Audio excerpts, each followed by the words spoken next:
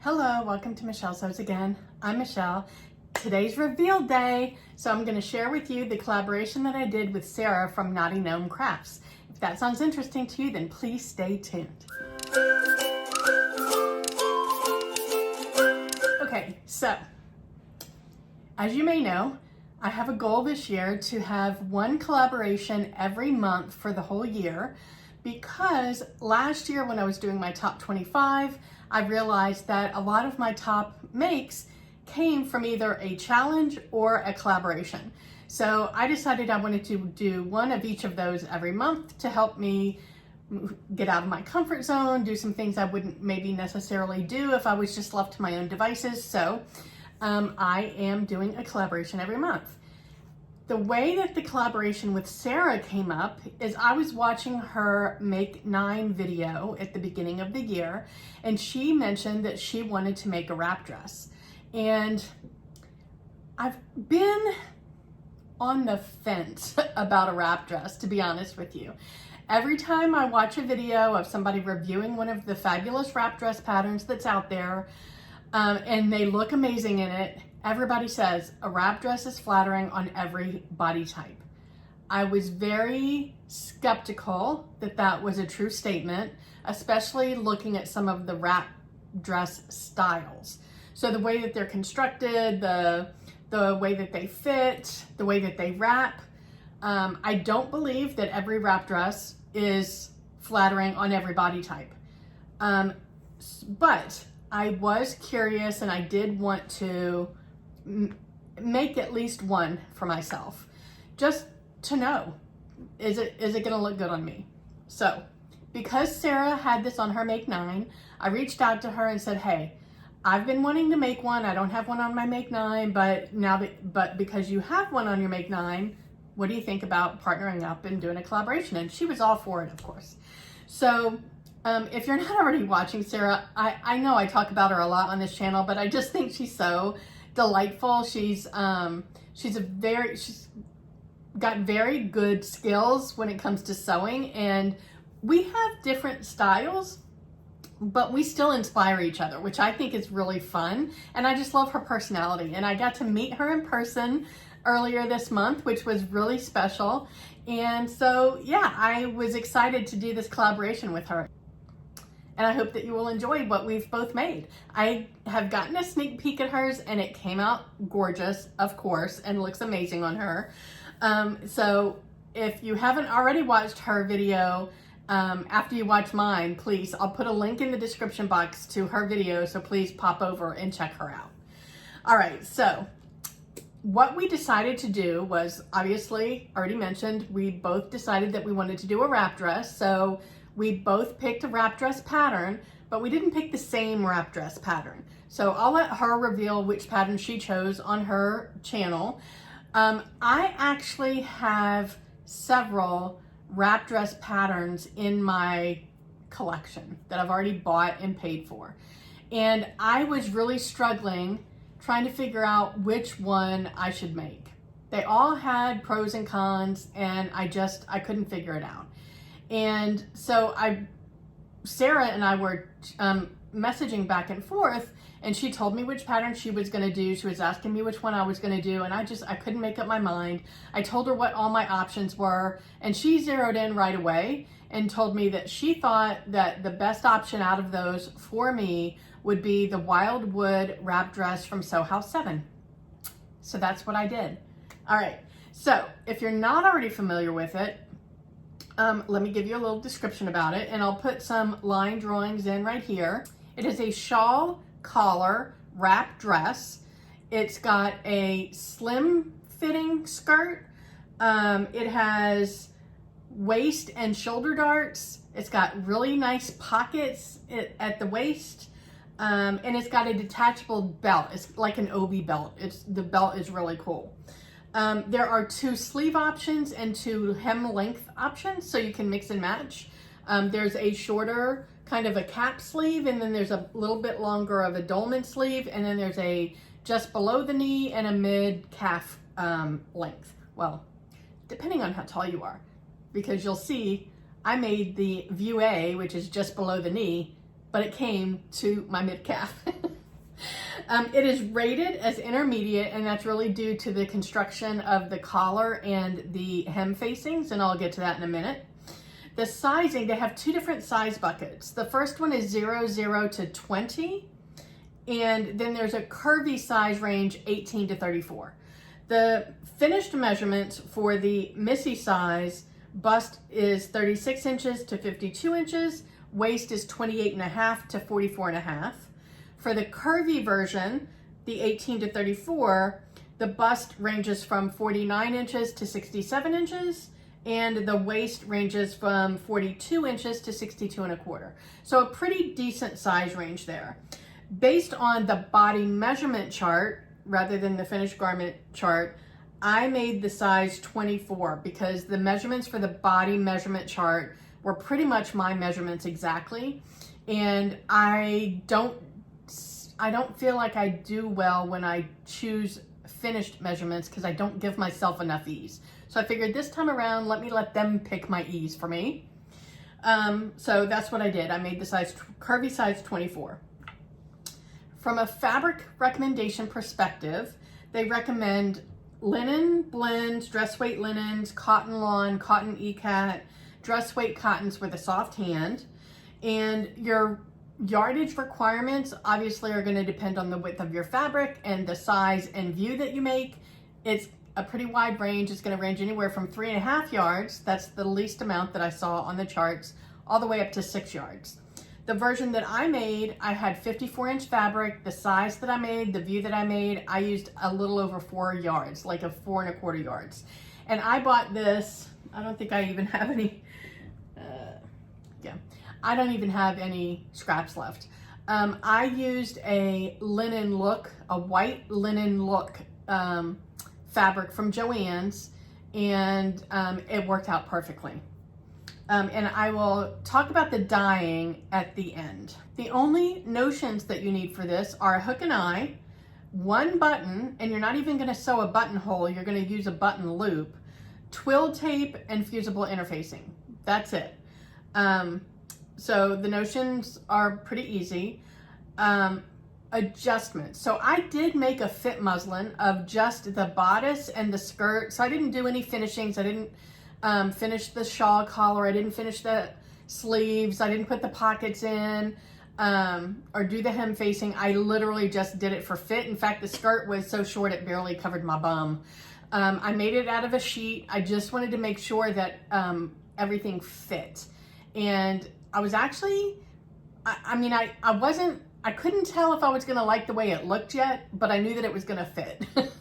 So I was crossing my fingers and hoping that once I had it finished and made and dyed, that I would actually like the end result. Stay tuned if you want to find out. Okay, so from a construction/instruction standpoint, I didn't have any trouble with the instructions at all. It was a very nice experience compared to my last experience making the Kent tunic from Style Arc. However, there are 17 pieces to this pattern. 17. It took me 2 hours to cut my fabric out, and I did that on Sunday. 2 hours. I don't think I've ever spent that much time cutting fabric out. And then I spent another 10 hours, well, I spent 2.5 hours Tuesday night during my weekly sewing Zoom call with my sewing buddies. And then I spent another 10 hours straight on Saturday. I got up, I drank some coffee, I came in the sewing room, and I literally, I think I took one break all day. And I sewed for 10 hours straight. I actually really enjoyed sewing this garment. There were a lot of things that I hadn't done before, the shawl collar, the hem facing, just the way that it was put together was interesting. And I have not made very many dresses that have a waistline. Most of my dresses are like shift style dresses. So, yeah, I mean, it was very interesting. I enjoyed it. I want to show you the bodice pattern piece because it's very interesting. So I don't know if I can get all of this in there. Right, so it kind of looks like almost the state of Texas with this thing up here. But this is the bodice, and you cut out 2 of these, and then the first thing that you do is you sew the 2 pieces together right here, and this is what's going to form the shawl collar. So then you've got, well, that's actually not the first thing you do. The first thing you do is the pleats. So you've got 2 waist pleats down here, and you've got 1 shoulder pleat up here. And then once you cut the fabric out and you sew those together, then this is gonna like go this way, and you're gonna sew the collar there. Oh, and this is one other thing that I wanted to mention, because I have never encountered this before. I don't know if you can see this or not, but the grain line shifts on the pattern depending on what size you're making. Yeah.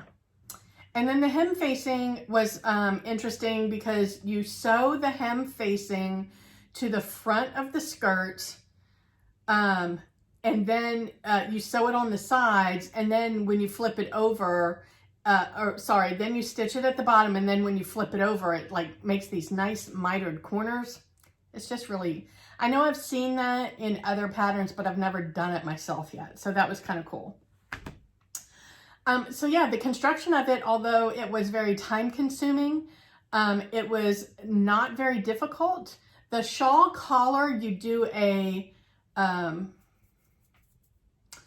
French seam for the shawl collar. And I will tell you that don't try and skip that step. I was like, I don't know if I feel like doing that. I'm just going to do a regular seam. I'm telling you that curved edge of that shawl collar is super tricky, and doing the French seam actually makes it easier, because you're doing it in, like, you know, you do your first 1/4 inch seam, and that helps you when you flip it over to get around the curved edges, that because then the rest of the dress is going to bulk up under it. It really helps you. When I tried to just do the 5/8 seam allowance without doing the French seam, I could not do it without catching some of the dress in the collar. So the French seam was actually the better way to go. Yeah, so that's it as far as construction goes. It was pretty easy, and it was interesting. I enjoyed it. All right, so then I dyed the dress. So I am super happy with how this came out. I spent a lot of time trying to figure out what I wanted to do. I was thinking like more of a soft, like most of my colors, I always do bright, bold colors because that's what I like. But I was thinking maybe for this dress, I'll do something a little bit softer. I was trying to go for something like watercolor-ish looking with like a soft blue and a soft purple. I could not get the right combination. I tried a lot. I had the little bits of scrap fabric that I had left over. I was dyeing them with different combinations of dyes, and I just wasn't getting anything that I liked. So I went back to my tried and true, and I have not done this dye design before in these colors. So I am super happy with it. I don't know if you can tell. I know the sun is kind of shining weird, but the colors are so vibrant, and I just love the way that they go together. I basically used a rainbow palette. I did a fuchsia red. I did, which orange did I use? I did fuchsia red. I did orange crush, I think. I did lemon yellow. I did bright green. I did brilliant blue, and I did lilac. So those are the colors that I used. And what I did was I soaked the dress in soda ash. I actually soaked it for an hour, and I flipped it halfway through because I wanted to make sure the soda ash was soaked all the way through the fabric. And then you spin it in your washing machine. You're not washing it or anything. There's no extra water or cleanser. You're just spinning out the excess water so that it's just damp. And then I put it in one of my dye bins, and I just scrunched it. I usually do some kind of an interesting fold, but I didn't want any harsh like straight lines. I wanted it to be very organic.